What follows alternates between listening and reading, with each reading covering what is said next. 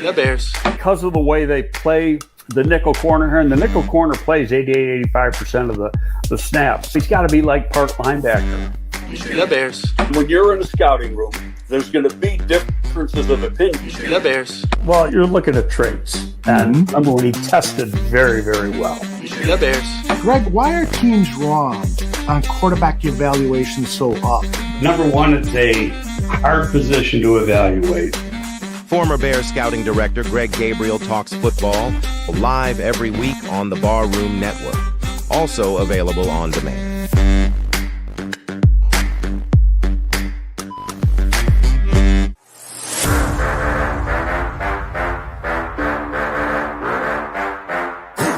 Look, I think it's a good time to be a Chicago Bears fan. There's a lot to be excited about.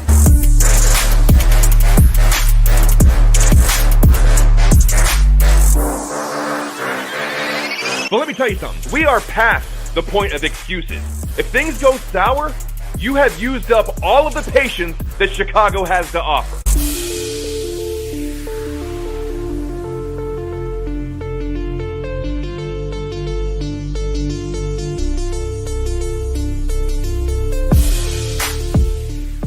The following program is rated TV MALV. It contains strong language, violence, and nudity. It is intended only for mature audiences.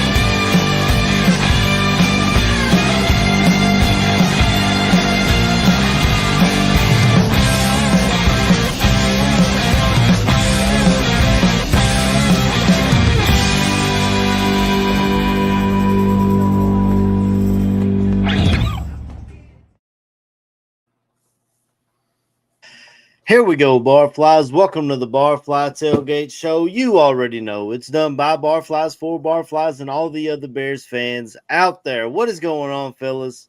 Week 2 of the preseason. I'm pretty pumped up. Sunday night football, essentially, on NFL Network. The stars are out tonight, and the starters are playing, and I'm fired up. What about you, fellas? Tooch, I'll go to you first. Well, tonight we're playing a team on Sunday Night Football that I think has maybe the best chance in the NFL to win it all this season. They made some fantastic signings on defense. You know, defense was largely their problem the past few years in the playoffs. Just from my notes, they signed Joey Bosa to boost their pass rush. They signed Zadarius Smith. That was the guy I wanted the Bears to sign. Not only that, but they got Greg Rousseau, man, who's a handful. So, I mean, the Bears' offensive line, assuming that these pass rushers will play, they're going to have their hands full, AC, tonight. So we'll get a little look, whether it's for one quarter or less. But, man, the pass rush will be a test for the Bears' offensive tackles.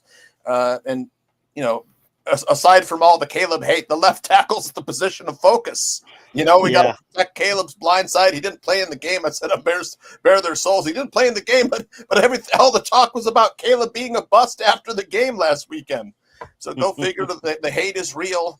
What I really want to see is, you know, we'll be looking forward this season. Caleb handle Ben Johnson's pressure, the pressure he's going to put on him.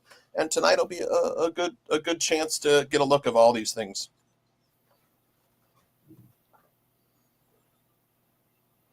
Yeah, for sure. I know. Not only did they attack their defense in free agency, speaking of the Bills, but they go into the draft. They draft Max Harrison out of Kentucky here in the first round, and later on in the draft, they grab Deion Walker, a big nose tackle. So they definitely had a plan of action to build up that defense and attacked it. And yeah, just like you said, Tooch, this is a team that has Super Bowl aspirations. If you look throughout the league, in the NFC, it's probably the Eagles again to repeat. But in the AFC, it's Chiefs, Ravens, Bills. They're all those teams that are the usual suspects. AC, absolutely. You could say the Bills are loaded for bear, Chris.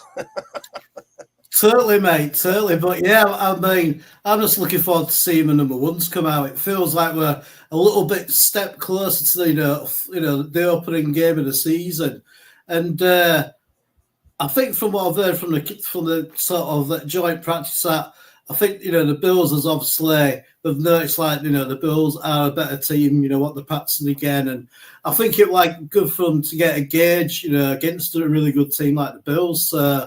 Yeah, it should be really interesting tonight. I mean, at least I know we're not going to talk about much, but we didn't lose anyway last week. Right. Yeah. Yeah. So last week, like Chris said, we didn't lose, but we didn't really win either. I mean, we finished in a tie, 24-all between the Bears and the Dolphins. And I mean, we'll just get into it a little bit. I liked what I saw out of Booker coming off the edge. He had 3 sacks and 2 forced fumbles, and really made Quinn Ewers look like a rookie, to be honest. And I know it's against not starters, but one of those sacks was against former Chicago Bear Jermaine Ifedi, if you guys were paying attention. Indeed. So yeah, there's not a whole lot to gather from last week, but that was a big one for me. Chris, what stuck out to you in that Dolphins game? I think one of the things sort of I was quite surprised was how little there was sort of pre-snap penalties, because we kept saying throughout that week that was one of the main issues with the offense. So even though like the number twos and whatever, the actual sort of running of the offense, the huddle, getting to snap the ball, I thought it was a lot better than it could be. But I think even though it's very, very vanilla what Ben Johnson called, you can just see like that he's a better call player, just how he spaces out his players when he has his wide receivers lined up compared to what we've had for the last sort of couple of years. So yeah, I mean it's just Bergen, that was a nice touchdown pass, and I was sort of happy to see the rookie running back. I can see. I have seen some footage of him when he played at Rutgers, but yeah, man, I really like his playing style. Low center gravity and really good in contact. So yeah, I mean to say, yeah, I think everybody looked like they were like a unit. The coaching staff seemed quite fluid, and yeah, it was just weird finishing like a draw, like an English game or something.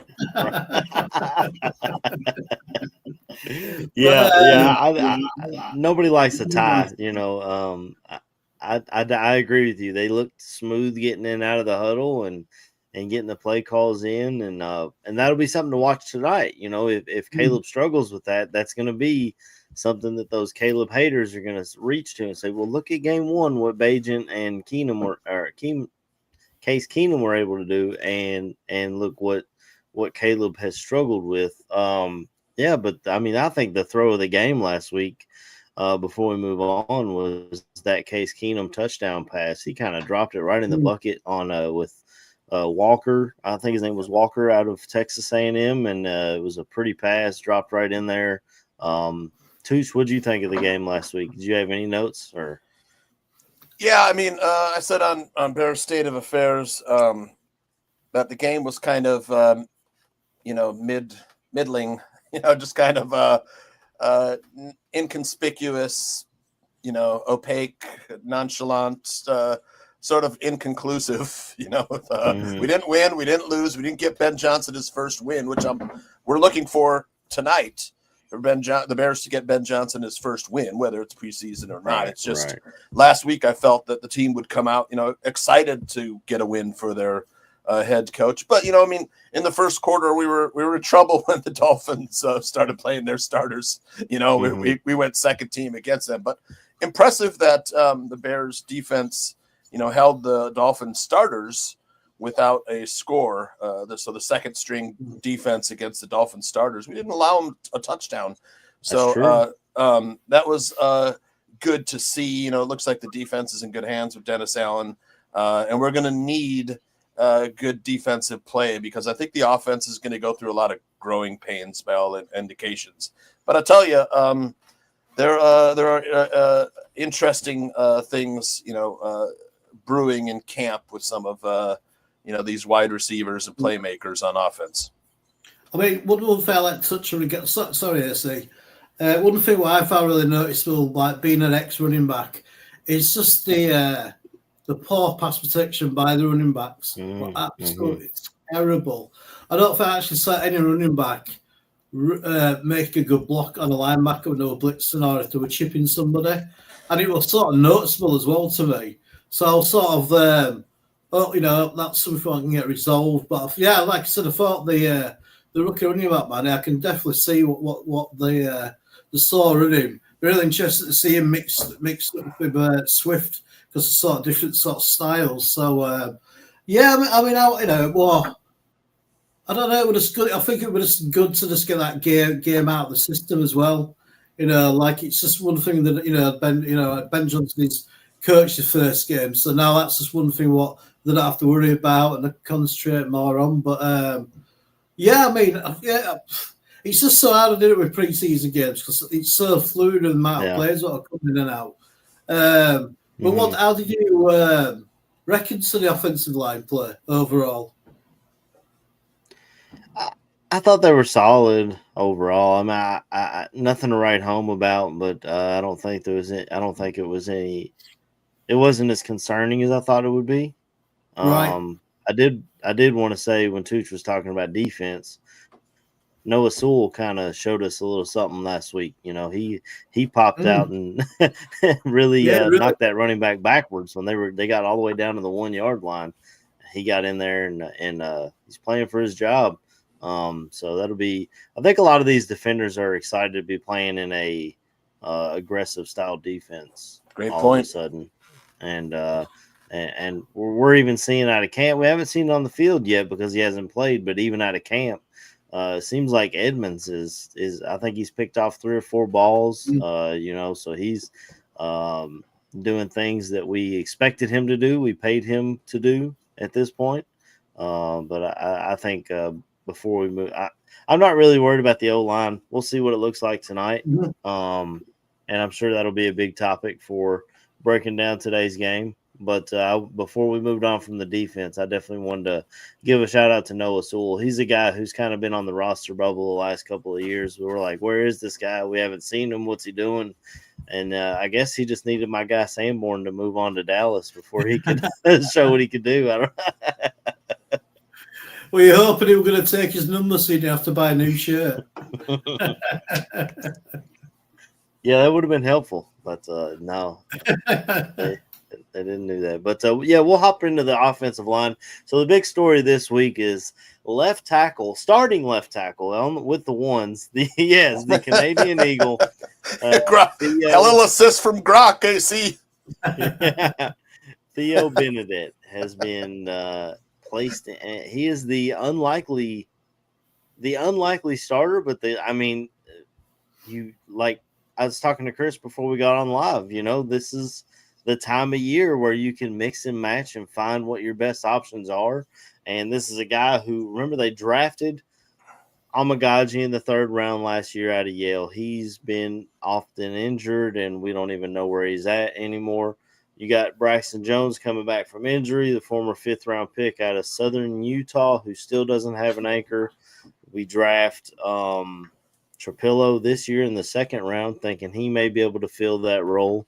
And it's still early. Maybe he's still my favorite. But Theo Benedette, he got injured last year, and he was a star of Hard Knocks for his Canadian Eagle Speedo. And they told him, hey, we like you. We're gonna keep you around. You can go through your recovery here. So he was kind of in the back of Bears fans' minds and didn't really pop up. And then all of a sudden, I mean, this coaching staff, you get a new offensive line coach, and I love the honesty from this coaching staff. Bennett Johnson will come right out and tell you what's going on, as will his assistants. How many times have you heard an offensive line coach say what he said about Braxton Jones, where, well, on Friday he looked really good in the joint practice, and then on Sunday he reverted back to whatever that was. Literally said it just like that. Yep. So you're reading from my notes. The guy who's going to – if this is the guy who's he hasn't seen my notes, by the way, folks. Yeah, this is I think if Braxton Jones continues to be healthy, I think it could be his job, because I just think he's just got that experience. And I mean, how long is he? A second-year player of the Canadian Eagle? This is his second year. Look at him; he's ready, Chris. I know, but I feel awkward. Am I allowed to say anything about Canada? You can say whatever you want about Canada. They got free. They're part of the crown. Well, exactly. So you know, when you get King Charles upset, then somebody's gone too far. We'll keep an eye on your camera and see if it cuts off. If you just see some hands come over my head, and I've thrown off an American flag put on top of me. But so would this be his second year then as a pro? Yep. I mean, it's still not a lot of experience. I just think. Because I think the rookie Ozzy, I think he seems to have sort of fallen down the scale quite a lot compared to even maybe a week and a half ago. You know, he seems to slipped down the ladders. You know, I think they actually practicing back at his right position, and I could tell he was so much quicker on his feet. And obviously that, the position what he played for, quite a long time in college. So I mean, it's like we say, I think it's perfect. If you have to do it now, it's better than be doing it now than week 8. And we still don't know what's. We've still got a solid line. So you got to think as well. Hopefully, they improve the internal line as well. It's going to make it easier for Braxton Jones. So yeah, it's all to play for. Yeah. What are your thoughts on the Benedict situation, Tooch? Well, there's a lot to unpack here. There's if I'm reading between the lines, I'm questioning Ryan Pohl's ability to scout or analyze offensive linemen. I mean, look at his history. He's looking for left tackle help from colleges such as Yale and the University of British Columbia. Is he trying to outsmart everybody? And then he's made mistakes with players like Nate Davis, and we gave up pick for Dan Feeney, and I forget. There's been so many others. With he got the Darnell Wright pick. So again, if I'm reading between the lines, again we saw Darnell Wright going out for pass plays. Do we move him to left tackle if he's our best option? You hate to move a guy who's been so great at right tackle, but if players like Theo and Ozzie are good at right tackle, I think you have to consider it. And then, I mean, it's not out of the realm of possibility that Darnell Wright is our best left tackle. We've seen the athleticism. He's a veteran. But I'll tell you what, tonight, if the Bills play guys like Joey Bosa, Gregory Rousseau, and Zadarius Smith against our offensive line, we're going to find out a lot about these players. And whoever's playing left tackle, fortunately, they've got a veteran like Joe Thuney next to him, because that can only help. Yeah. I don't know about Darnell Wright going to the left, because I saw him try that at Tennessee. I've been against it for pretty. Yeah, I've been against it for a long time, but this is the situation we're in, and you kind of have to blame Ryan Poles for this situation. We took I don't remember back, but we did take a luxury pick in Rome Odunze, who I think has a chance to be the number 1 wide receiver on this team. We'll get to that later, but we might have bolstered the offensive line a little bit better. And then there's Braxton Jones. The injury, it looks like he's a little farther behind than we could expect. I mean, there was a scene where he was faked to one side. He couldn't get back to cover the inside move, and it just looked like he's just not ready. And then, his legs look so thin, KB, on Braxton. He's never had a good anchor to start with. We've always said he doesn't have a lot of sand in his pants. You like to have that lower body, lower body anchor. Trapillo has that. Would I love for Ozzie Trapillo to win the left tackle job? Yes, but according to AC's observations about Dan Rochar, who's very honest, and a lot of this is passive aggressive, criticism of these guys. He's trying to, criticize them so they work harder, they play harder, they make themselves better. And of course we love the honesty. You're 100% right about that. We love the honesty, and Rochar is giving us, a lot of transparency. But at the same time, like Rochar said, KB, it's not good enough. Well, I mean, I see what the conversation is already. I jumped on this a little late. So left tackle seems to be the topic of conversation. Yeah, I don't know, man. I'm not seeing it right now with Braxton at the moment. I blame part of that being the injury and not being able to actually put on the weight of strength that he might have needed to actually anchor down the left tackle spot. That being said, you got Theo Benedict, who's apparently, like I said, I'm pretty sure y'all talked about all of this at nauseam, man. But there he is, KB. Canadian Eagle, man. Canadian Eagle. To me, I feel it's this whole situation could be a double-edged sword, man, because I hear the critiques, and maybe you move Darnell Wright to left tackle if if he's the best left tackle, or maybe we go into this season with an undrafted free agent and left tackle, But to be honest, man, the thing is, if whoever's the best player at that spot should be the player who's at that spot. I don't care about draft position at this point. I don't care about if he's been on the team for 15 years. If somebody needs to take that spot and lock it down. Can I ask you one quick question? Go ahead. If Darnell Wright is a different player than he was as a rookie, physically, athletically, to me, he's obviously a different player than he was at Tennessee. He's obviously a different player than he was as a rookie. If he's athletic enough and polished enough after 4 years in the NFL, could you see him moving to left tackle? So I could see it. Like I said, it's one thing to say I can see it. I can see it, definitely. I believe Darnell Wright could be one of the best offensive linemen on the line, period. Yep. Do I want it to happen?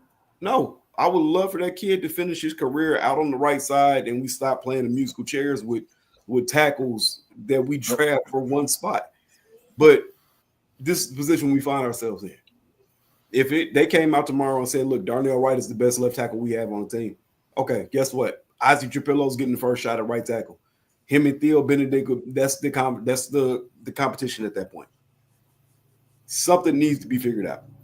That's all this comes down. Something needs to be figured out. And we got what? 3 more weeks after this before we play the Vikings week 1, man. You got to figure something out. KB, would you ideally wanted the line announced, the starting line announced before the third preseason game? Yes. Unit, sorry, yeah. Yep. I don't want to have this dragged out where we're sitting there like, hey man, who's going to be the starting lineup week 1? You know what I'm saying? I feel like we do that too much. I feel like the way Ben Johnson separates himself from the pack of other coaches is, all right, man, this is starting lineup. We already had this locked down. The only way that changes is if somebody gets hurt. So yeah, I feel like after this game, you need to have whoever the starting left tackle is in there, and that they need to be the ones getting all the reps at one. We can stop the rotation. We're far too late in the proceedings to bring somebody in. So, sorry, man, it was just a question I would ask myself. Is it too late to bring anybody in off the street or any trade or anything? Is that too late now to do?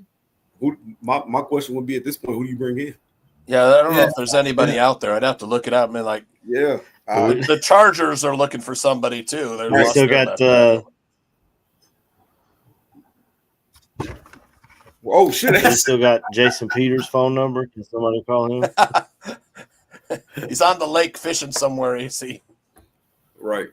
But that would be the interesting point, man. Who at this point, who would you be able to bring in?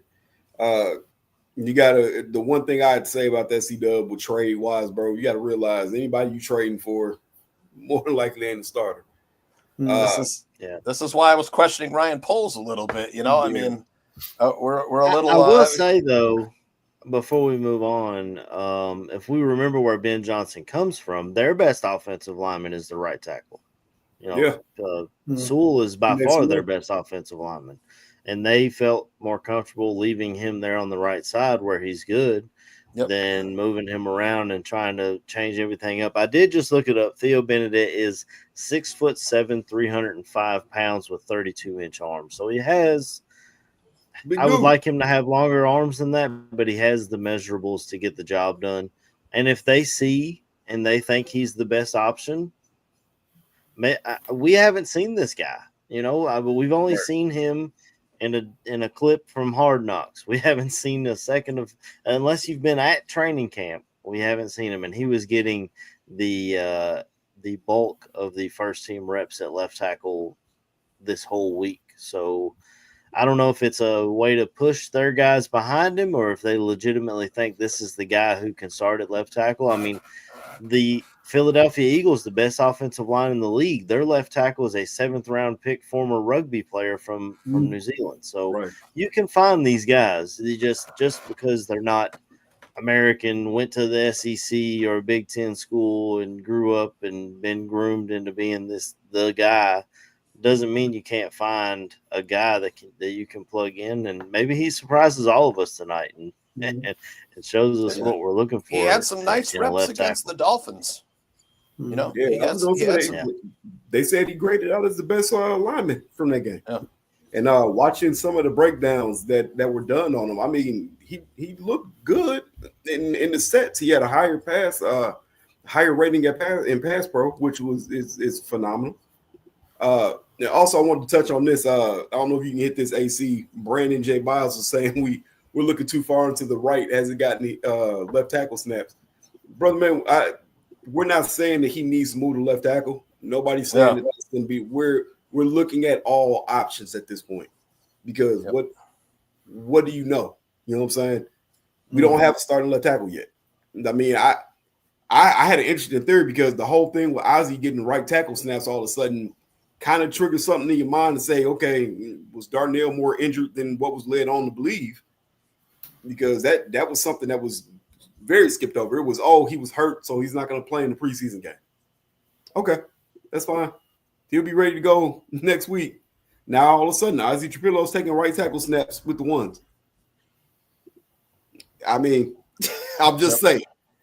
So, I was like, you've seen Darnell Wright go out for pass. He was guarded by Montez Sweat. I saw one viral video. Yeah, and I mean, he's athletic enough now. I mean, he's been in an NFL weight program and athletic training program for 4 or 5 years now. He's a lot more athletic than he was when we drafted him. We're just saying we want to look at all the options, like KB is saying.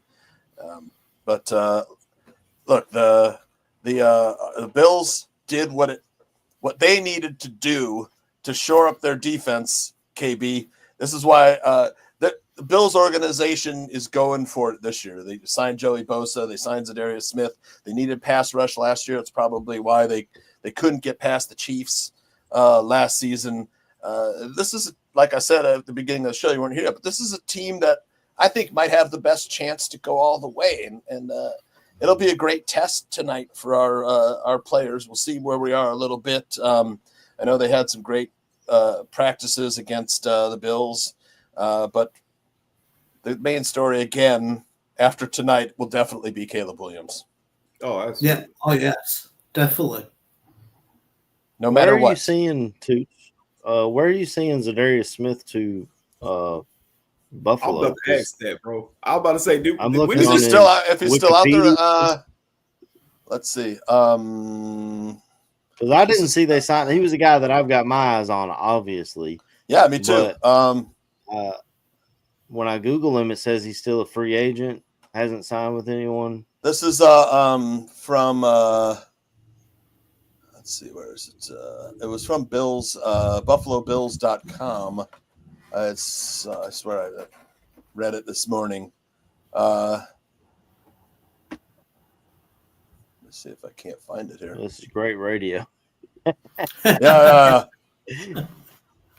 I just when you kept saying it, and I was like, well, this is the first I've heard of it.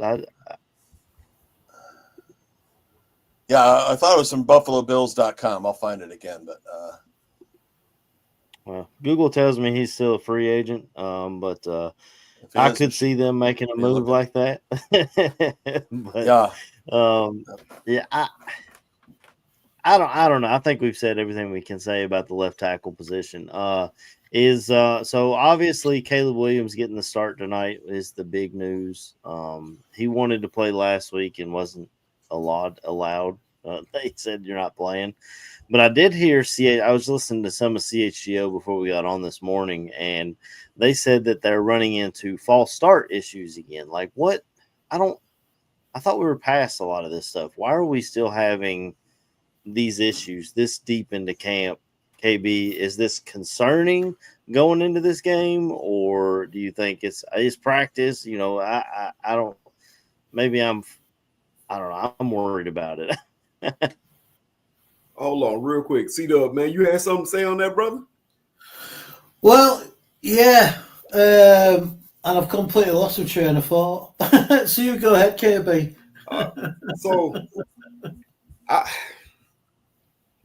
The pre-snap penalties is concerning. I've got it. I've got it. Sorry, KB. Yeah, it's come back, man. Hey, man, hold on. I'm throw it to you so you don't forget it. This way. Go ahead, Chris. I am sort of probably like 10-15% worried, but we are just over halfway through the training camp, and it's a new offense, and it's, you know, I'd be weird if you were hearing that, oh yeah, everything's been going great today, there's been no problems, everybody's been great, and if you know, because then you're thinking, how come unless it's just true, but this is when you're going to see the ups and downs. I know, like with the training they had with the Bills, like, you know, their QB through a number of interceptions. It's better to do it now, and you know, that's one thing I will be keeping an eye on today. Sort of how fluid the offense is, sort of from the huddle into, you know, before the snap, pre-snap. That'd be really interesting to see, because obviously that's what's been the main agenda through a lot of the outlets. So, sorry, KB, man. I know that was a bit of a ramble, but I'm getting to that age now, then if I don't sort of catch hold of that fire, then the spark goes out really quick. I feel you. Sorry, mate. That's why I toss to you real quick. Yeah, that's what you would have done. But yeah, man, just seeing what Dan Brown's going off, that's a real interesting theory, man. There's a lot of motion and pre-snap stuff that they got going on. And then, like you said, everybody's still trying to learn this offense, man. And it is a little concerning because, hey, man, we play the Vikings in 3 weeks. Yeah. So you kind of want to get these things buttoned up, but I also feel like once you get the starting O-line locked down, and it starts in the front. And once you get the front going, then you can get the back going. You can get everything else out. Hey, we need to be in these positions. We need to do this. Goddamn, something in my eye. Shit. Can't see fucking shit out this thing. Come from your blind side there. We start talking about left tackles. Okay. Yeah, so Flex Diggs, I'm assuming this is a shot at not taking a left tackle in the first round. He said, good thing we took a tight end with the first pick. That's backwards team building. There was 4 left tackles off the board. Well, who are you taking? You taking the 5th best left tackle, or are you taking the top tight end out of the draft? Yeah, brother.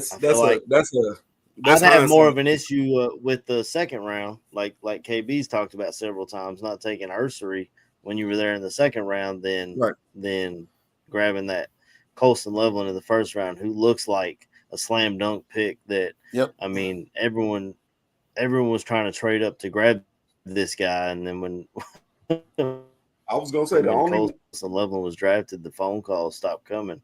I'm excited to see. Go ahead, KB. I was going to say the only person that you can sit and maybe bring up and say anything about would maybe be Josh Simmons, but you knew if we drafted Josh Simmons at that point, we would have been talked about badly. The fan base would have fucking imploded because we drafted another hurt tackle, blah, blah, blah. And you see over in Kansas City, he's playing pretty well. But like I said, that's hindsight at this point. He wasn't better than the tight end that was there that we took. It's just the value at that point. That's all it was. I'm trying to find where I copied that. And J2K is right. He's saying Josh Simmons has pretty good athleticism. The sky's the limit, but not only did Josh Simmons have issues with injury, he had issues with from word when he was coming out in the draft was he had issues with maturity, which is not.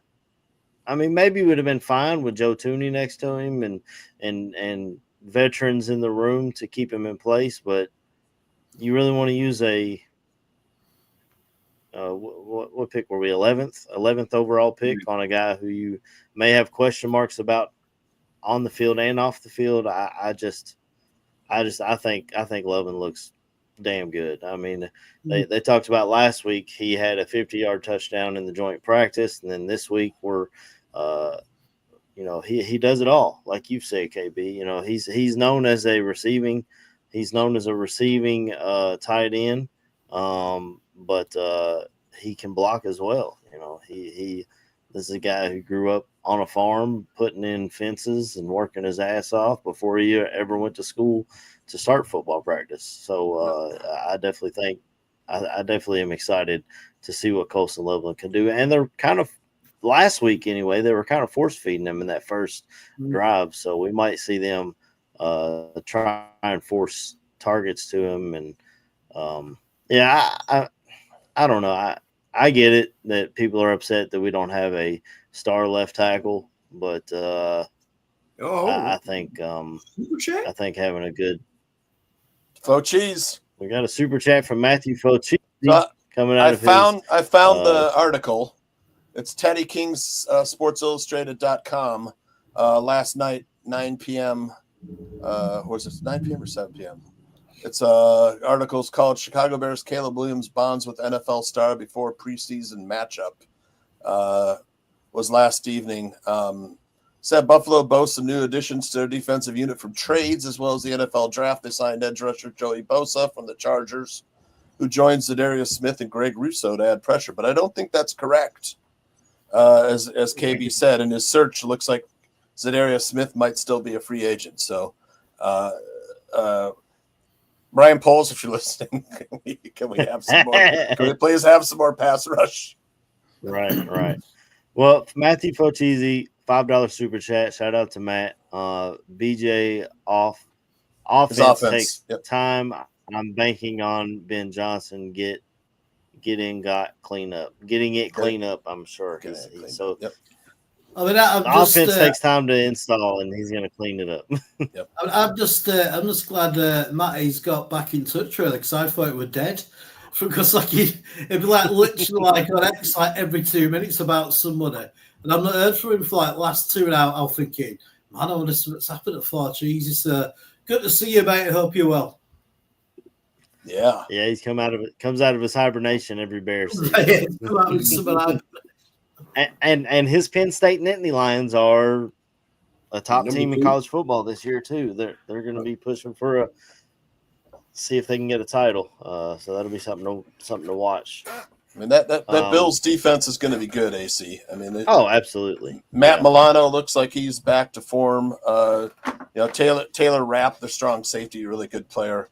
And then the pass rush with Greg Rousseau. They still have Big Ed Oliver on the in the defensive middle. Daquan Jones looks like a really good player there, and Joey Bosa and AJ Epinesa played at Iowa. Flashed during the playoffs last year at defensive end, but Bears will have their hands full. So I mean, the offense might be a little shaky against the Bills defense tonight. But man, how about Olamide Zaccheaus? Man, I talked about him last week. I think we're going to see him be okay. Rome's covered. DJ. Oh, there's a OZ, and he's he's on a third route as the third option and he's wide open, or running from the slot, catching stuff. He looks to be quite far ahead of Luther Burden. He's a veteran. Luther's, learning the NFL game. Luther got to learn how to work hard at an NFL level, I think, man. But we like the potential. But KB, could you see Rome Odunze being the number one wide receiver on this offense? He looks like he's transformed his body. He looks faster. He was never much of a big separator. He was more of like a contested catch winner at Washington. The guy who had all the separation was Brian Thomas Jr., who I wanted. He was like 5-10 yards of separation at LSU. It looks like he's doing it in Jacksonville too. But I could see Rome being the number catching the most balls this season. I kind of there was something I heard that was said by somebody, and I kind of go off of it. You drafted Rome in the top 10. Yep. At some point, Rome has to look like the number one. I'm not saying he has to be the number one because you still have DJ Moore, but there definitely needs to be a 1A, 1B situation thing going on with those two. Do I see him doing it this year? I can absolutely see it. Just hearing what is being said about him and his growth coming into this offseason program and this training camp. I feel that Ben Johnson is going to do everything he can to get him involved. But like I said, it's also not an offense that's just going to feature one person. We got a lot of mouths to feed. Yeah, we do. So, hey, man, Fo Cheesy, man, you out here spending the lunch money right now, ain't you? Yep. You got a super chat right now. I want to see more of the 7 round run. Yeah, I love it. Absolutely. I would love to see that mix up. Definitely want to see some Monungai. I think C-Dub was talking about him a little bit earlier. Like the way he runs, his contact balance is excellent. C-Dub's worried about him in that pass protection, though, right, bud? Absolutely. I just think the pass protection by all the running backs were absolutely terrible last week. Yep. I mean, I think I was quite lucky because when I played, you could still sort of more or less do a chop block on a linebacker who's blitzing. But obviously, they took that out of the game, so you can only sort of go high, sort of high-ish. But I'm very disappointed with the blocking, man. Totally. But yeah, but the rookie looks really good. And it was good to see some good offensive line play when it came to running play as well. Thought Chiplow really played well when it came to the running game. What did you guys reckon to was it Newman? The guy from Michigan State? How do you reckon? So he should have been quite a lot of the game. Yeah. Did he get hurt in that game? I don't know. I don't know. This is another. I mean, Greg Gabriel sent Ryan Poles. This is a story from GTF. Sent Brian Poles the info about Luke Newman, that he had scouted the kid, thought he was really good. And then, I mean, like, this is why I was talking about questioning Ryan Poles, a former offensive lineman, his scouting or evaluation of offensive linemen. It just it's odd to me that that's his experience in the NFL or in college. He was an offensive lineman, and we just haven't, for whatever reason, been able to get the offensive line situated. Now we're talking about the left tackle, and credit that he rebuilt the interior offensive line with veteran linemen, but his evaluation of draft picks in the offensive line, I don't know. I think we can fairly critique it or question it. Oh, there's no question. You can absolutely question it that he hasn't built it himself. These are guys that he traded for that were built in other offenses or by other coaching staffs. And there's guys that he's missed on. Absolutely. We're not saying that he hasn't. I mean, there's guys that I've loved in almost every draft that go on to be pretty damn good ball players that they just for whatever reason didn't take them. Yeah, my point was, like, he's looking at Yale and University of British Columbia for left tackles, which I think he's might be barking up the wrong tree. Might have to tell him about the SEC, AC. Yeah, well, not only that, and I've heard Focheezy say this before in our group chats. Go to proven powerhouse. Give me Georgia, give me Bama, give me Notre Dame, give me Michigan, give me Ohio State offensive linemen. Give me the big hog mollies. Sometimes, like I said, sometimes you can find them, like they did in Philly, but Southern Utah for Braxton Jones. I'm just this is where he's looking for left tackles. I mean, something I think it needs to change. Yeah.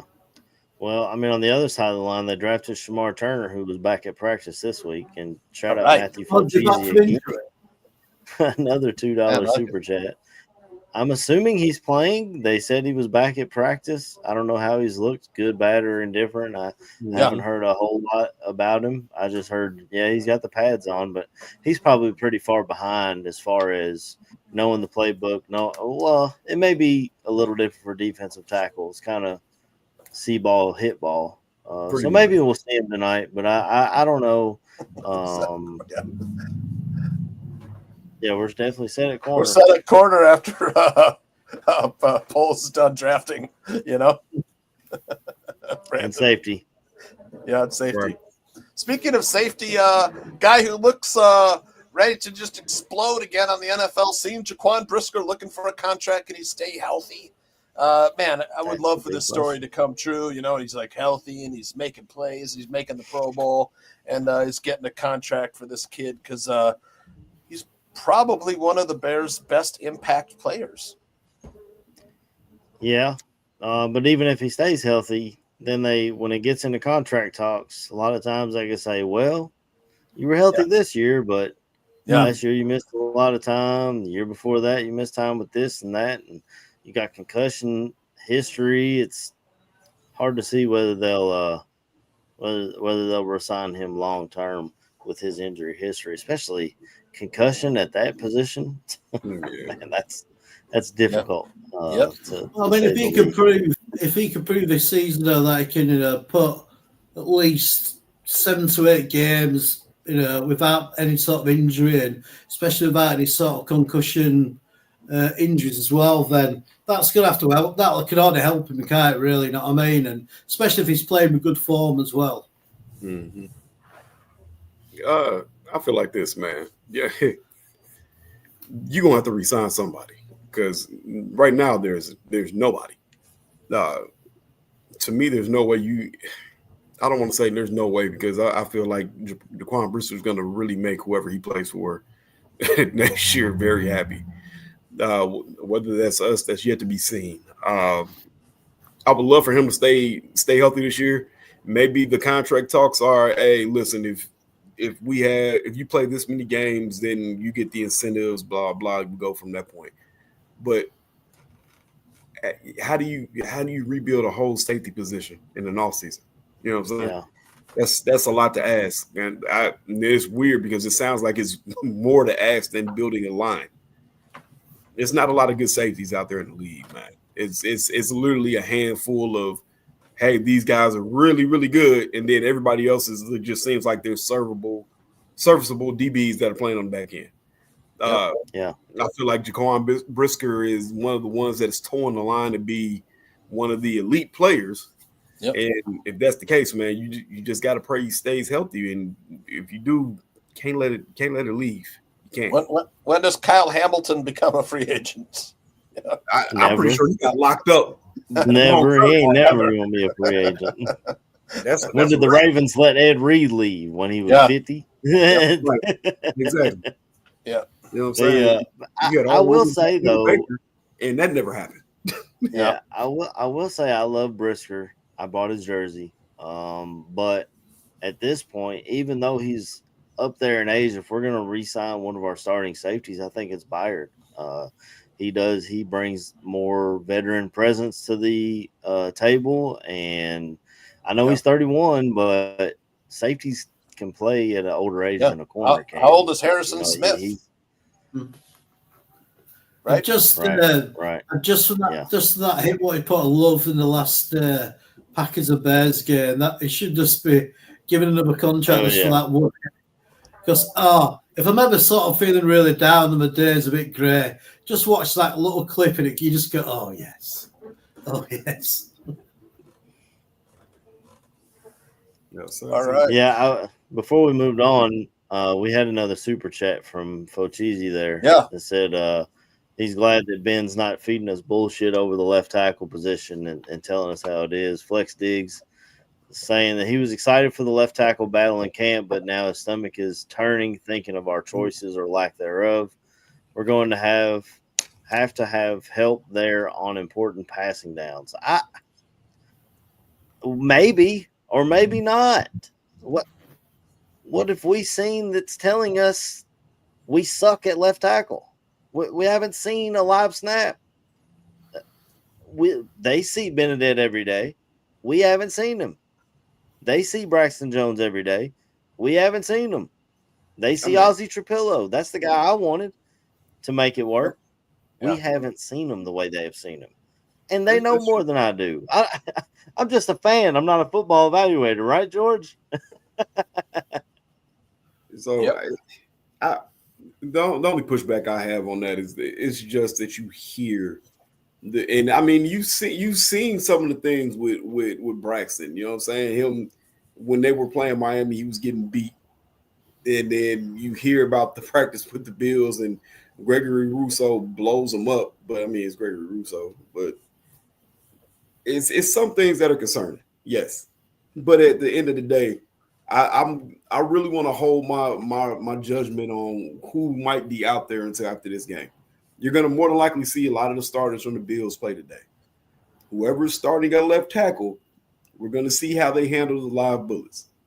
As simple as that. After the day, you want to bitch and complain and moan, oh, we should have drafted a left tackle over Brisker. Fine. I don't know what left tackle you were taking at that point. I'm about to look back at that draft. But yeah, we can have that bitch party then. But right now, no, man. You just gotta wait. It sucks, but you gotta wait. Yeah, and I mean we talked about the Chargers earlier with their left tackle going down, but they drafted Joe Alt top 7, so we haven't been in that position where, like, if we were high enough to draft Joe Alt, I think absolutely we would have grabbed him. Oh, we would. No, but we were not in that position.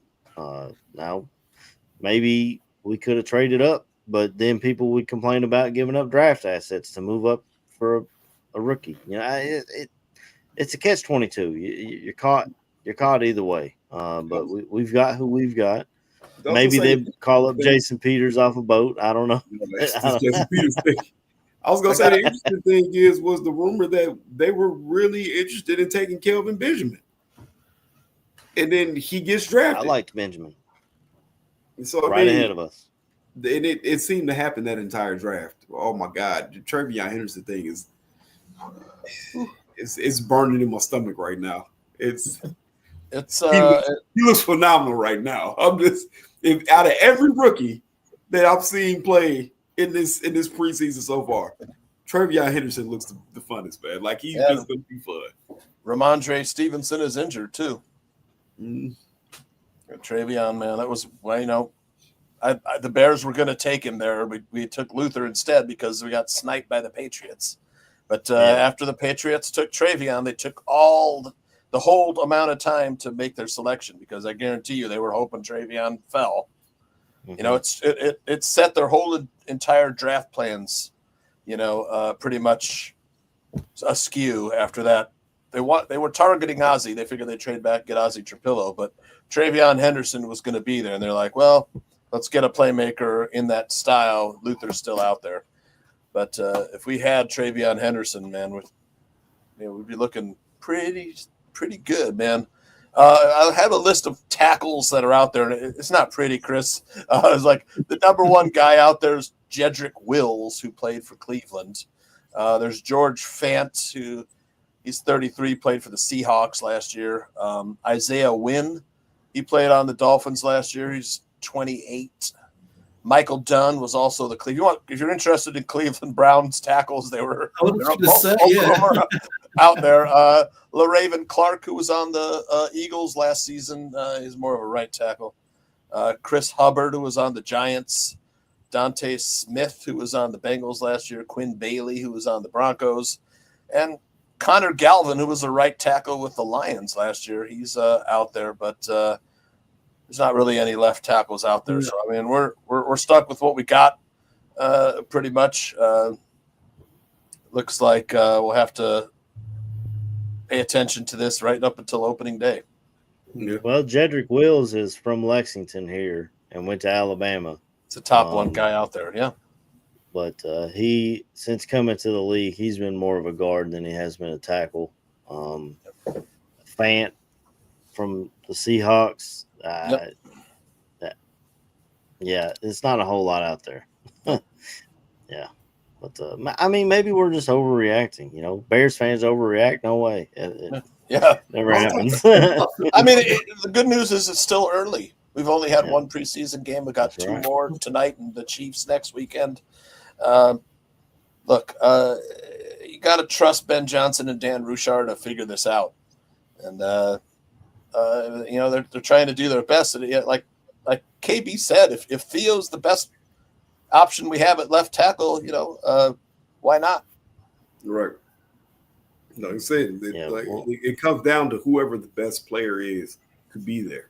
Put him Aldo asked me and Steven Zimmerman to sort of like go through our notes on who we thought would make the roster, 53-man roster. I did not have Theo Benedict making the 53-man roster. I definitely will change that now because I think I said last week I thought he'd have no chance to make the roster. Now I think he's a lock.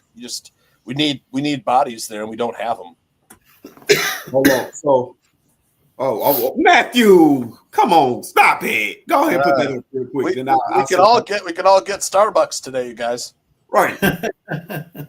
So I do want to drop this interesting nugget, man. It's kind of building off what we just spoke on, saying about if if you're the best player, put him there. This comes from Ten Tano. It's on Twitter or X. I'm sorry, X. Some think the reality of a UDFA starting at left tackle, Theo, reflects draft ineptitude on the Bears' part. I see it differently. Jason Peters, John Randall, etc. were undrafted. Some guys fall through the cracks and they're gems whose talents surpass guys drafted higher. Theo has talent. I was going to say, the way my boy AC has referenced Jason Peters all day, got to remember, Jason Peters was a tight end. Yep. Undrafted.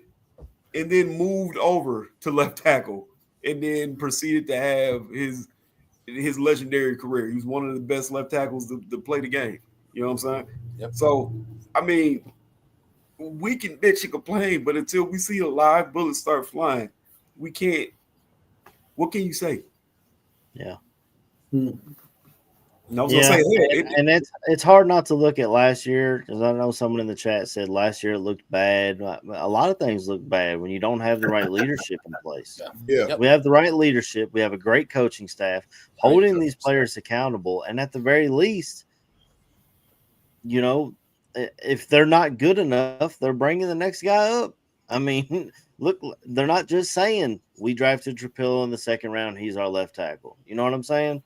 They're not just saying Braxton's been our left tackle the last 3 years. He's our left tackle. It's a competition, and it's open for everybody. Yep. Again, shout out Matthew Fochese, another $10 super chat. God in bless my him. opinion, media overblowing the negative things Caleb Williams does. I don't know if it's bad as they're making it. I've seen good too. The Caleb Williams third offense in 2 years, and it's complicated. He's bear down, Ken. I see you in the chat. Definitely, it's complicated, man. You're learning another offense, and maybe that's part of the false starts we're seeing and some of the bad snaps and all those types of things. I think Caleb's going to be fine though. Throw something at the you guys wall have and any? see if it sticks. I'm just trying to throw something at the wall and see if it sticks. Hey man, I'm kidding. It was great points. We're doing it left tackle. I saw that drop. This Tim Montano guy seems to be a decent follow, man. I just shout him out right now. If you see him on X, give him a follow at Atano_Tim. He also went on to say, and this is a big if, talking about the Theo situation. He's not a starter yet, but if he does, And maybe because Rorschach thinks he's the most talented, which could be a possibility. On another note, I imagine it's hard to get noticed playing at a Canadian university. Yep. Like Akeem Hicks. Yeah. We know how good Akeem Hicks was. He arguably, a guy was 6'6", 360, and could move like that. It's like when you can't coach size. Right. He was just a beast. But yeah, I get your point though, KB. But Akeem Hicks was a physical specimen. He's a monster. Hey man, we still on the Don Rob thing, man. I see Jay Sanders talking about in the chat, man, and I see Ravi bring it up. Look, he might actually be in the defense that might be able to feature his talent now. Who knows? Yeah. The man, you got to realize the man did get a sack in that Dolphins game in decent time in playing in that game. Yep. And the funny thing with him calling it before it happened was hilarious. Yeah. Look, Austin Booker, man. My thoughts with Austin and Dom. Austin Booker has those long arms, man. He's so long. It's like, remind me of Max Crosby. Like Max Crosby could bend the edge with those long arms, make some havoc there with whether it's tackling a ball carrier or getting to the quarterback. Yeah. So ideally we would want. And Austin Booker's only 22 years old. He's got some growing to do. He's got some maturing to do. Some football savvy to learn. If he puts it all together, I think we'll be okay there. And then Dio looked pretty good. Montez was injured last year and looks healthy this year. We really got to see. So, who else is there besides Dom Robbins? He may make the roster. I didn't have him making the roster. I think like Daniel Hardy plays a lot, is a monster on special teams. So I thought he had the edge over Dom. I don't even know if Dom plays special teams. Do you guys know? No idea. I'm not sure, but Dom did get he got a sack last week. Yeah, so got a sack. He got a sack in pretty decent timing in that game. Yep. Yeah, if he's got the size and that they're looking for at defensive end, he might be a guy that they keep for depth. I did want to cover before we move on. I know left tackle has been a big thing. I just looked it up. Do you know who Rochar's left tackle was when he was in New Orleans? Oh, yes. What's that kid's name? Well, I'll go ahead and tell you because I Googled it. It was Teron Armstead, who played at Arkansas Pine Bluff in college. So when we talk about finding these left tackles, he's okay with these left tackles in places, right. I just it's hard to just say, well, he's from Canada. What does he know? But maybe who knows? Maybe we found one, and next year maybe we'll be saying, shut up. We got our left tackle in place, and he's the Canadian Eagle. I don't. I just wanted to look that up before we moved on because I have a lot of faith in Rochar as the offensive line coach. And Theo looks bigger, AC. I was watching him in the game last week, and he definitely. You saw him on Hard Knocks last week. He looks skinny. I was like, okay, he's probably got no chance of making the roster. We had the injury last year, and they put him on injury reserve. But they did say, hey, we're going to keep you around, this season. But he looks bigger, man. Looks like he's filled out a little bit, Ozzy Trapillo, we drafted, he was already, like, monster size. He's already semi-filled out, and then you look at Braxton, and he just looks so thin. And he hasn't been able to probably work out like he needed to, because he was injured. Exactly. And then Darnell Wright, we feel safe with that spot. So yeah, they probably won't move him, but they won't move Wright. But man, so my prediction of what will happen to put this matter to bed, Braxton Jones will probably win the job. Then either. He's going to be okay, or he's really gonna look bad out there, and then we're gonna really have a lot to talk about. Mm-hmm. Yeah. My bad. I completely was lost on what you guys were talking about because I was looking at Teron Armstead. Right, that's all right. Can we talk a little bit about Tremaine Edmonds? Yes. Because in Dennis Allen's scheme, he seems to be coming back to life, raising from the dead. But this guy who we knocked on because he signed a gigantic contract. T.J. Edwards, who signed a much smaller contract, but since it's been extended, kind of outplayed the guy in Matt Eberflus's defense. But Dennis Allen now has got maybe a little more room for Tremaine to roam and fit into this defense a little better than he did in Eberflus's defense. What do you guys think? I mean, I think it's going to be great this year.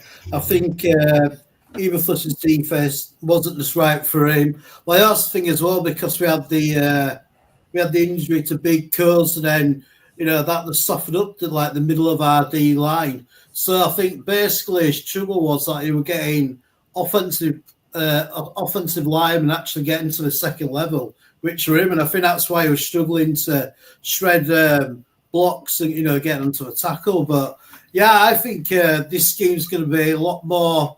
It's going to work a lot more for his sort of skill set, and it's just such a big unit to have right in the middle with such a big wingspan as well. So I think he's going to have a bit of an upturn this year. I think he's going to have a good year.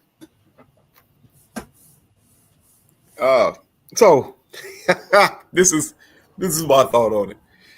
DA had a linebacker over in New Orleans named DeMario Davis, who he completely unlocked and had that man playing at an all-pro level for a very, very, very long time. Yep. DeMario Davis is 6'2", very instinctual, very great linebacker, very great player. Tremaine Edmonds is 6'5". That's probably on a bad day. Yeah, hell of an athletic freak. He's instinctual, but we got to remember, Buddy is also like 25, and has been in the league for like 10 years. It's crazy. Yep. So this is his 8th year, I think, 7th or 8th year. Yeah, it's absolutely wild. The man has grown up in the NFL, so it's crazy to think. Yep. I think a lot of the we need to trade Edmonds talk, I'm glad it stopped, because it was the dumbest thing I had heard. It's always as soon as the Bears get any kind of talent, if they're not top tier, best player in the league, we need to offload them. And then they go somewhere else and they play exactly like how we thought they should have played. I mean, you can see Roquan Smith for that. Yeah, we knew he was good, but Roquan goes to the Ravens and all of a sudden he's the best inside linebacker in the league. It's absolutely nuts. Scheme matters. Coaching matters. That's all that needs to be said. That's going to be the truth today, tomorrow, next week, a year from now, 10 years from now. When you get actual coaches that actually know where to utilize people's talents, then you start to see the way players progress, and then they become the player they're meant to be. That's all I'm saying. We just need to sit and wait. But it sounds like Edmonds is thriving right now in this defense. Yeah, that's a great thing, isn't it? I mean, look, we swapped Edmonds for Roquan. Chat room's a little salty about it because Roquan's been an all-pro every year, like Jay Sanders says. But AC, how big would it be if this kid starts playing up to the potential that he's had for the 8 years he's been in the league? Yeah, I mean, like I said earlier, I think that the aggressive style of defense is a lot of these players may have been kind of out of place in Eberflus's defense, where you sit back and play zone. Now they can be aggressive, and like I said, we're seeing things out of Noah Sewell we've never seen before. Yes. They've said they've put T.J. Edwards and Edmonds in each other's position a few times at practice. Absolutely, Roquan is voted an All-Pro every year, but a lot of that is a popularity contest. Yes, Roquan is great. Do not get me wrong. Roquan is a fantastic player. Yep. One of the best. And I would be perfectly happy if he would have stayed here in Chicago for his entire career. But let's not beat around the bush and act like he's not surrounded with a lot more talent there in Baltimore that makes him. He just happens to be the leader of all that talent. Yeah, didn't he say something like that out the door? He said something like, "I want to go to a winner or championship. I want to play for a winner." Oh. Yep. I could be wrong. I'm sure Yeah, that's how I and remember. Buka's right. Roquan asked to be traded, Yeah. and Brandon's right. Edmonds is better in coverage. It's just I love this defensive style. Sometimes it might get you in trouble. We saw an 8-man blitz in a preseason game last week with the game on the line. Both, and if they didn't get there.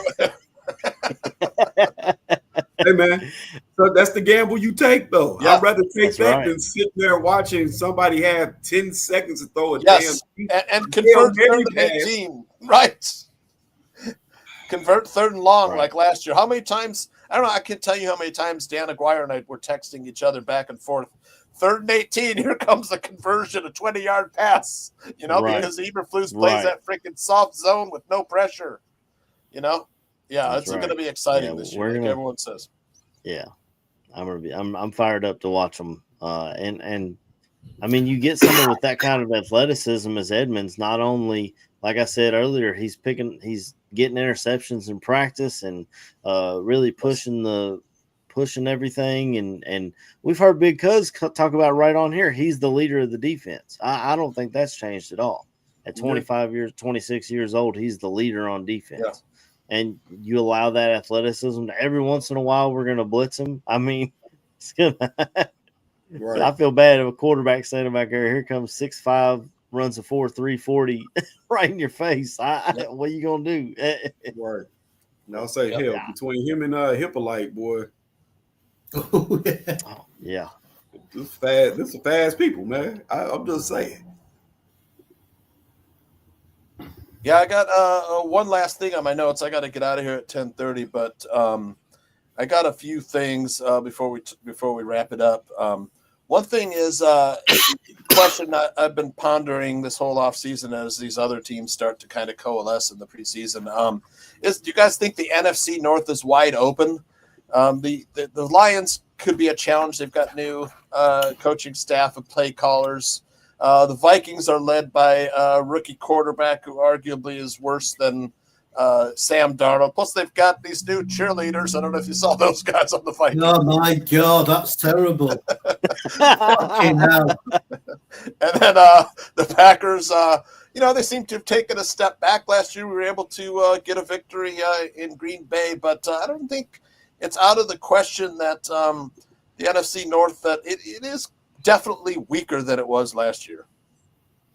I mean, I think the Vikings are going to be a real dangerous team this year. I don't know why. I just feel like their defense could carry them, quite a fair way when their combat's getting used to the game. But they've got to, the amount of brain power they've lost this year, that's got to affect it, because we all know how important coaching is. And then it's the Bears, isn't it? Bears and the Green Bay Packers. So always going to put us above the Packers, even though there's no logic in it. But it's like I can never bet against the Bears, against the Packers, even though I know we're probably not going to win. I just can't physically do it, and it'll never happen. So I think the teams are probably evened out a little bit compared to last year, where you had a really strong Detroit and a really strong Vikings team. Yep. So I agree. I just think it'll be the team that gets some momentum and then starts putting like a group of wins together. I agree. I think it's wide open. I think the Vikings have the roster to take the division. However, you have J.J. McCarthy. It's an absolute question mark, and it's crazy to see that people are putting J.J. McCarthy above Caleb Williams when they've seen some Caleb Williams and they haven't seen some J.J. It's kind of he's legitimately a rookie. This is his first real snaps when he plays us on that Monday night. The Lions, it's hard for me not to look at the very recent history of the Philadelphia Eagles going to the Super Bowl, losing, and then losing their offensive and defensive coordinators and regressing. I think they still won their division, but it was a very weak division that year. But they definitely regressed and end up losing to the Buccaneers in the playoffs. So maybe the Lions have that same sort of setback. They have a great roster as well, but we'll see how the coaching coaching matters, right, KB? And then in Green Bay, man, LaFleur is a damn good coach. Yeah, he is. I just can't trust. If I'm a Packers fan, I can't trust Jordan Love. Are you going to get the good Jordan Love, or are you going to get? But you got to think as well. This is how good does they have to be, because they have got a good defense. So again, it's like, can their defense, carry their offense, a bit instead of it usually being the way around. So, but yeah, I mean, I obviously I want them to have a terrible season. The Packers lose every single game. Well, I mean, if you want to say, I pity no fool. I pity no fool. If you want to talk about a team that's put a ton of draft capital into their defense, look no further than Green Bay Packers. Their whole defensive line, their linebacker core has all been in the draft. They hit free agency this offseason for some corners. We'll see how that plays out. But their biggest issue, at least this far in the preseason, has been injuries. You've got Reed walking around on a walking boot. You've got half the O lines not healthy. You got it's all over the team. Banged up at receiver, that's for sure. They got number 8 running the ball, and he's a tough player, man. I tell you, Josh Jacobs, man, he touches the ball 25 times a game. I'm a little honestly. Jacobs is great. He is great. He's a top 10 running back in this league easily. But to go back to our defense that we're going to be running, I'm not too worried about Jacobs. I think we have the players and the scheme now to hold him in place somewhat. I mean, if you got free runners, you can't do much if you don't have the momentum going. Now, Jacobs is still good at catching the ball out of the backfield too, but I don't know. I've got faith in our defense and our scheme to help us out with that. We should be better against the run this season, no question. Yeah. I mean, and we got Big Cuz back, and he's out here playing corner, right? Right. Yep. Last thoughts, Bears, Bills, AC. I asked for Grok to give me a bear eating a buffalo. That's what he That's came a up lot with. more. That's a lot more edgy than last week's dolphin. I know the dolphin. He didn't know what to do with the dolphin. It would still thought the dolphin was swimming. It's like, yeah. Last thoughts. The bear comes. It's like that the other guys when he says, even if you weren't in my food chain, when I was a group of lions, I would come out and hunt you as a tuna. First of all, sir, it was the other way around. Okay, that was the other guy's reference. Yes, he was like, if I was a tuna, we would come on land and we would aggressively hunt your pack until there was nothing left. Oh, backfired, didn't it? Did it? 500-pound tuna? That goes the way you wanted it? Right. A school of tuna? Oh. So I think Benedict's starting at left tackle, right? I think so, yeah. We'll see, though. But as far as tonight, I'll watch when the starters are playing. And my biggest thing is, everyone stay healthy. That is always the number one goal in the preseason, is to stay healthy and get to the regular season. And B, just like Chris was saying, getting in and out of the huddle. I don't want to see a bunch of false starts and a bunch of bull crap like that.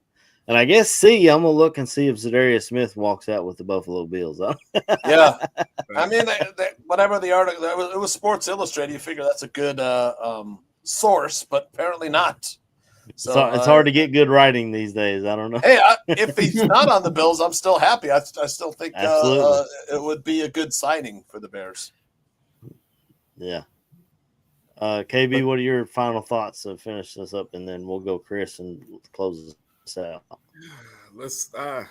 I just hope that we see good football tonight. I just wanted to look uniform. You know what I'm saying? Yeah. You watch some of these games, and it's that same stigma, like, oh, they can move the ball down the field, but then you see us play, and it's like, oh, we're struggling to get 2 yards, and it's annoying to watch. I just want to see uniform football tonight. If it looks like we're moving the ball, and it doesn't seem like it's scratching and clawing at the wall for every inch, then I'd be happy because that shows progress. That shows that we're at least getting the offense, and Caleb has a little bit of control. That's all I want to see. I lied. That's not all I want to see. I am kind of starting to get invested into this Austin Booker thing. Yesterday, I couldn't remember the kid's name and save my life. I would love to see him get multiple sacks again today, because then I just want you to keep building that. I believe if you find a way to unlock that kid, I believe the defense will be a top 5 defense, because you have him opposite of Montez Sweat. Ain't really too many places to run if you get that pressure up the middle, and then I can't run towards Montez Sweat, but then you got this relentless tuna fish over here that's 500 pounds that's gonna come with another score. Big tuna. You know what I'm saying? Big tuna. I would love to see Austin Booker flash again today, though. That would make my night. I think for me, I think it's all about the offense, really. I just want to see the offense run smoothly, like what you guys have already brought up, really, and just see how Caleb is, and just see him like in a game situation, and just to see if the play calling's a bit, less vanilla, and if they're going to run the ball a bit more, and it's just about the time of the offense which I'm most intrigued. I still want to see any full starts, people jumping offside, people not aligning properly. So it feels like we say, it feels like we're closer to the kickoff now of the season, because now the thirds are back, and be interested to see how long he plays. But yeah, it's all about just how the offense goes to me. Yep. Hell yeah. All right, go ahead, Tooch, and then we'll close this out so you can get out of here on time, brother. Yep. The main thing I want to see is Caleb put together a good opening drive. Look, he's always been a different kind of quarterback, KB. But if he doesn't play good, the narrative is going to sting on Monday, man, because the haters are going to be out. I want to see him look at our own chat. Yeah, look at Caleb sucks. I mean, look, he's got an immense amount of talent. The escapability, the fourth quarter, you never feel like you're out of the game with Caleb in the fourth quarter. Can he put together everything that Ben Johnson is coaching him to do? Go through his progressions, not panic, not hold on to the ball too long, get rid of the ball, escapability. We want to see it all, put it all together. We want to see him be efficient tonight in Ben Johnson's offense. That's really what I'm looking for. And then, of course, the left tackle position, I'm going to be paying a lot of attention to that as well. And, I mean, look, like KB said, we want to see the offense and defense look coordinated. That's what KB was telling us, man. We want to see them to be coordinated. The offense has got to be coordinated, in sync. No penalties, like AC said. We got to have. I mean, those penalties are going to kill drives throughout the season. Offensive line penalties, and it's going to make things miserable for Bears fans and for Caleb Williams. So, this is what I want to see. Let's get that first win for Ben Johnson, man. He deserves it. Right, AC? That's right. Back to you, buddy. Well, anyway, like, comment, subscribe to Ballroom Network, and hit the notification bell to tell you when we go live. We got shows all week long, from Gabriel Talks Football, where Greg Gabriel breaks down everything that he sees as a scout, and I find it so interesting. I could listen to him talk for hours, honestly. Yep. I'm legitimately jealous of Aldo, who gets to go to training camp and games and stuff with Greg Gabriel and get his eyes and ears on what he's seeing. Shout out to the chat. Flex Diggs with the final quote here. I need to see who's taking the lead on the left tackle competition tonight. Absolutely. That'll be the big question. And Matthew Fochese, man, giving us lunch money. I appreciate it. Antmus in the chat. Jay Sanders. We appreciate everybody. Dan Brown in there. Definitely. So absolutely shout out to the chat for coming in hot, man. They give us their opinions and they don't care Chat was whether great we today. agree with it or not. They're Right. definitely gonna let it. Heidi coming in at the end. Let's fucking go, Oh, bear yeah. down. Next Saturday, college football, AC. Yeah, we've got Week 0. Is next week's not the Ohio State Texas, right? That's the week after, correct? We got Iowa State versus Iowa. Yeah, that's it. Out in Dublin, right? I think so. Yeah, they're playing overseas. Yeah. Yeah. Yeah, I mean, out there in weekend Ireland. sports betting tips on Friday night, 6 p.m. We'll be talking college football week 0. So tune in next Friday. Yeah, I got to get back on the horse, man. Baseball has killed me.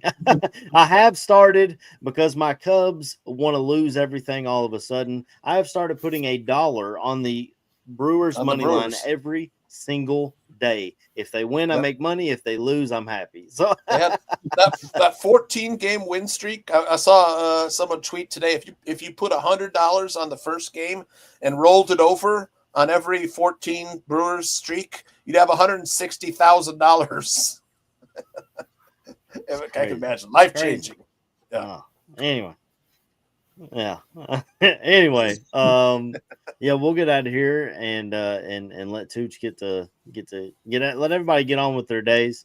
But just excited for Bears football, Sunday night football, and in front of the national, in front of everybody. But we'll just leave everybody with a bear the fuck down.